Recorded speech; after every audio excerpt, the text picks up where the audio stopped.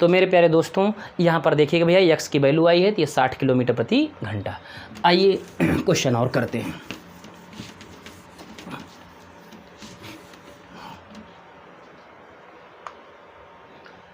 Next question 7वां question देखेंगे भैया।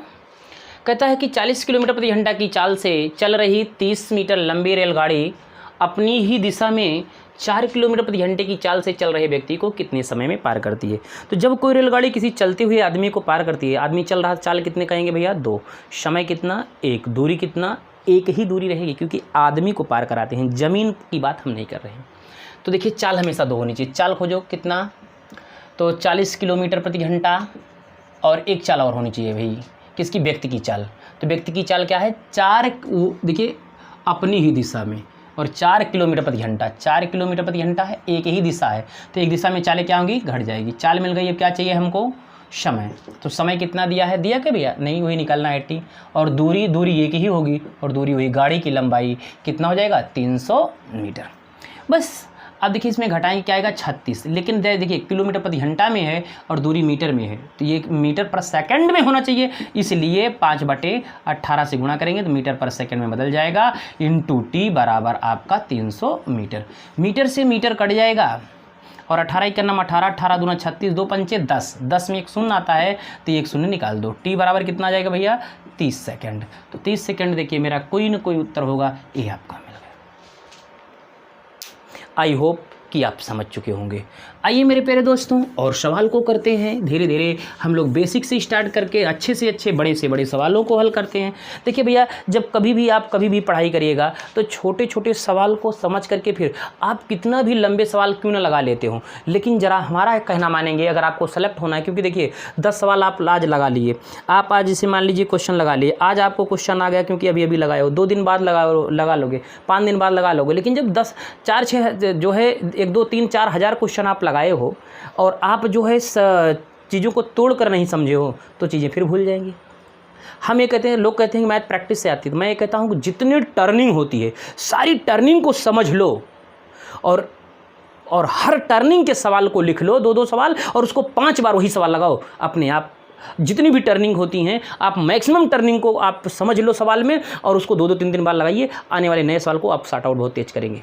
हम नहीं कहते कि आप एक चैप्टर में लगाओ 1000 क्वेश्चन। मैं भी आपको लाइव जब ऑफलाइन जब पढ़ाता हूँ तो 500-600 क्वेश्चन कराता हूँ, लेकिन बच्चों को यही समझाता हूँ 500 से 600 से कोई मतलब नहीं है, और हर किताबें सॉल्व कराता हूँ। जितनी भी मोटी मोटी किताबें हैं प्री कम मेंस सबको सॉल्व कराते हैं। पेपर आपका जैसे अब देखिए आपको पेपर मिलता नहीं, पेपर वाइज कोई प्रैक्टिस नहीं कराता है, लेकिन मैं आपको पेपर वाइज प्रैक्टिस कराऊंगा। जब आप लोग तैयार होंगे थोड़ा सा पढ़ा लेंगे तो पेपर वाइज, जैसे 2017 का पूरा पेपर पूरी मैथमेटिक्स, तो पूरी मैथमेटिक्स एक बार पढ़ी होनी चाहिए, ताकि जब हम सीरियल पेपर हल कराएं और हल चीज़ों को स्टार्ट कराएंगे, प्री कमेंस को हल कराएं हर पेपर को, और आपको आराम से समझ में आती रही बातें।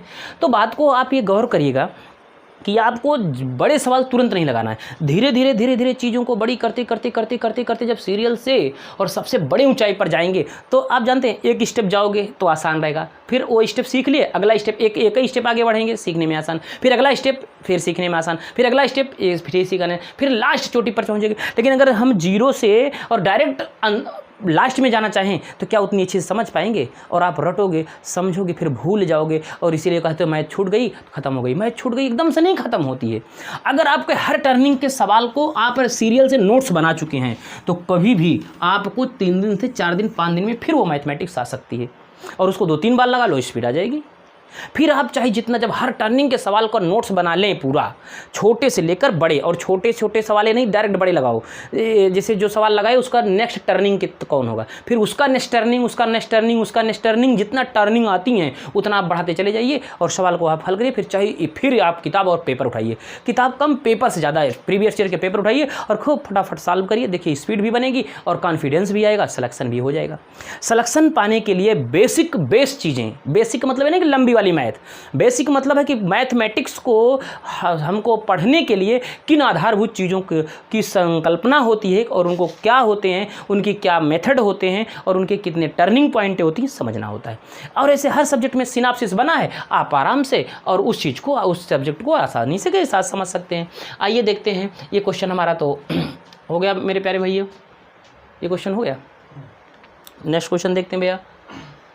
60 किलोमीटर प्रति घंटा की रफ्तार से चलती हुई कि गाड़ी उसी दिशा में पटरी के समांतर दौड़ते हुए एक व्यक्ति को 12 सेकंड में पार कर जाती है। गाड़ी की लंबाई क्या होगी? आदमी दौड़ रहा, चाल 2 होनी चाहिए, तो चाल 2 खोजिएगा। 60 किलोमीटर प्रति घंटा गाड़ी की चाल है। अब चाल 2 होगा तो रेलवे के पटरी के किनारे समांतर दौड़ रहा उसी दिशा में, तो इसका मतलब आदमी दौड़ रहा उसी दिशा में, उसकी चाल होनी चाहिए। आदमी चाल नहीं दिया, x मान लो, एक ही दिशा है, घटा दो। अब चाहिए क्या हमको? समय। समय कितना दिया है? 12 सेकंड। 12 सेकंड। इसके बाद हमको क्या चाहिए? दूरी। दूरी मीन्स गाड़ी की लंबाई। क्या दिया है? नहीं दिया। हम क्या मानेंगे? x। यहाँ x मान चुके हैं, क्या लिख देंगे हम? y। अब एम से मिनट ना बदलिए। किसी भी टॉपिक में अगर डबल अननोन आ गया, दो अननोन आ गए, तो वह क्वेश्चन जो है सॉल्व नहीं किया जा सकता। मतलब है ज्ञात नहीं हो पाएगा, सॉल्व नहीं हो पाएगा, तो आपका इसमें विकल्प क्या होगा? सी। अच्छा, इनमें से कोई नहीं का अर्थ होता है कि सवाल हल होगा और जो उत्तर आ रहा है इनमें नहीं है, और ज्ञात नहीं किया जा सकता का अर्थ है कि ये क्वेश्चन सॉल्व नहीं होगा। तो सॉल्व नहीं होगा क्योंकि 2 अननोन आए हैं। इस प्रकार से नेक्स्ट क्वेश्चन हम करते हैं मेरे प्यारे दोस्तों। अब देखिएगा, हमने ये देखा कि यदि कोई रेलगाड़ी किसी खंभे को या खड़े आदमी को पार करे। फिर दूसरा मेथड हुआ, हमने आदमी को चला दिया, तो भाई आदमी अभी खड़ा था, फिर आदमी चल गया, तो गतिशील आदमी हो गया, तो आदमी गतिशील हो गया, उस पर सवाल लगाए। अब आदमी गतिशील हो गया, उस पर सवाल लगाए। अब देखो, ध्यान दीजिएगा इस बात को, हम पैदल चल रहे थे तो उस पर हम सवाल लगा लिए, लेकिन हम चलते चलते थक गए, हम किसी ठेले पर बैठ ले, किसी दूसरी गाड़ी में बैठ ले, तो हमारी गति तो रहेगी, हमारी चाल रहेगी। क्यों? क्योंकि मैं चल रहा था पैरों से, अब पैर ना चल के हमारी जिस माध्यम में बैठे हैं वो चल रही है, तो उसकी तो चाल रहेगी ना। तो ये अभी मैं समझाया था, यदि कोई रेलगाड़ी में, देखिए, यदि मान लीजिए कोई रेलगाड़ी है और यहाँ पर कोई व्यक्ति है बैठा है, दूसरी रेलगाड़ी इसको पार करती है, तो अभी देखिए, यदि कोई रेलगाड़ी दूसरी चलती हुई रेलगाड़ी को पार करेगी, जब पार करेगी चाल कितना होगा? चाल आप 2 लेंगे। क्यों?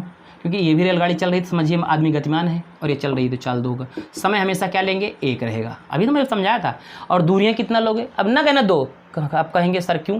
क्योंकि रेलगाड़ी में बैठे आदमी को पार कराना है, यही आदमी पार। अगर गाड़ी को पार कराते तो दोनों की लंबाई के बराबर होता, लेकिन हम केवल आदमी पार कर रहे हैं। जब कोई भी रेलगाड़ी किसी आदमी को पार करता है तो उसके द्वारा चली गई दूरी स्वयं की लंबाई, भाई ये यहाँ है और इसका पिछला सिरा यहाँ आ जाए, तो ये आदमी पार हो जाएगा। आदमी पार हो जाएगा पर गाड़ी नहीं, तो आदमी ही पार कराना है। तो देखिए, दूरी हमेशा क्या होगी? 1 होगी, जिसमें वो बैठा नहीं है।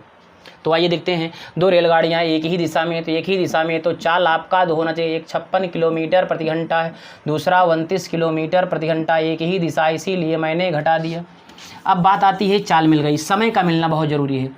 तो समय ध्यान दीजिएगा, बैठे व्यक्ति को 16 सेकंड में समय आपका मिल गया मेरे प्यारे भैया, 16 सेकंड। इसके बाद दूरी आनी चाहिए, तो तेज़ चलने वाली रेलगाड़ी की लंबाई, देखिए एक ही रेलगाड़ी की लंबाई पूछा हो, क्या है? यक्स, जो तेज़ चल रही है वही क्रॉस कर रही है, तो चाल गुणे घटेगा मेरे प्यारे भैया। 16 में से 9 गया, तो 9 7 16, 7 आ जाएगा, और यहाँ पर है 4 में से 2 गया, 2 आ जाएगा। ये किलोमीटर प्रति घंटा में, सेकंड में है, इसको 5/18 कर दीजिए, मीटर प्रति सेकंड। देखिए समय सेकंड में है, यहाँ सेकंड आया, तो 6 मिनट हो गया, इंटू आपका 16 सेकंड बराबर आपका यक्स से या यक्स कटेगा, तो 9 दूना 18, 9 त्रिक आपका 27, 2 इकन्नम 2, 2 8 16, 8 पंचे 40, और 40 तियाँ 120, 120 आपका मीटर ये गाड़ी की लंबाई आ जाएगी। 120 मीटर किसी ना किसी को दिया गया। तो ये बताइए भैया, क्या इसमें मैं बैठा, ये किस में आदमी बैठा है? तो कहेंगे नहीं सर, इसमें नहीं बैठा है। जिसमें बैठेगा उसकी लंबाई आप नहीं ज्ञात कर पाओगे, और जो पार कर रही हुई है वही अपनी लंबाई के बराबर दूरी चलती है, इसलिए उसकी लंबाई आपको मिलेगी। आई होप कि आप समझ पा रहे होंगे। आइए नेक्स्ट क्वेश्चन करते हैं भैया। 30 किलोमीटर प्रति घंटा की चाल से जा रही रेलगाड़ी में बैठा व्यक्ति देखता है कि उसके विपरीत दिशा में जाने वाली 200 मीटर लंबी रेलगाड़ी उसे 9 सेकंड में पार कर जाती है, तो दूसरी रेलगाड़ी की लंबाई क्या है? सेम सवाल वही है भैया। अब की क्या है, जब देखिए विपरीत दिशा है तो चालें क्या होंगी? घट जाएंगी। चाल 2 होगी क्योंकि आदमी रेलगाड़ी में बैठा है, तो 30 किलोमीटर और माइनस, अब देखिए रेलगाड़ी की चाल ज्ञात करना है कि कितना, 30 किलोमीटर प्रति घंटे की चाल से जा रही रेलगाड़ी में बैठा व्यक्ति। अच्छा, ये रेलगाड़ी बैठा व्यक्ति है तो ये आपका 30 किलोमीटर प्रति घंटा है, और बैठा व्यक्ति है, और व्यक्ति देखता है कि उसकी विपरीत दिशा में जा रही है, तो विपरीत दिशा में जा रही चालें जुड़ेंगी, तो उस गाड़ी की लंबाई हम मान लेते हैं x।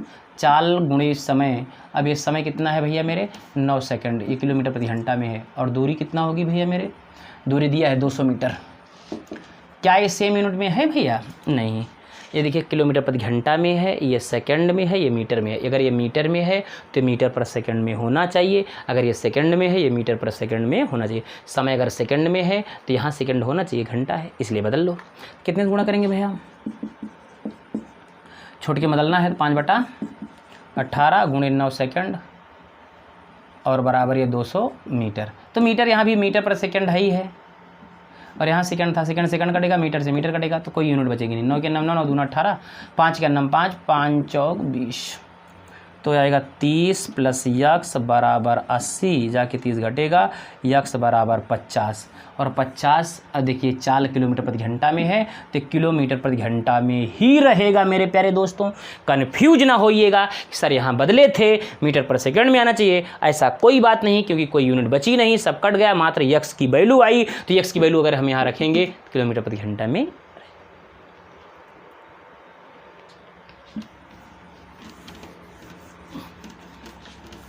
आइए मेरे प्यारे दोस्तों और एक क्वेश्चन करते हैं। तो मेरे प्यारे दोस्तों अब इस क्वेश्चन को हम कल करते हैं, और आपका जो है धन्यवाद, फिर कल मिलते हैं। आपका ये क्वेश्चन इतना आप पढ़ते रहिए, फिर मैं कल आपको 2 वीडियो फिर डालूंगा। तो धन्यवाद, फिर कल मिलते हैं।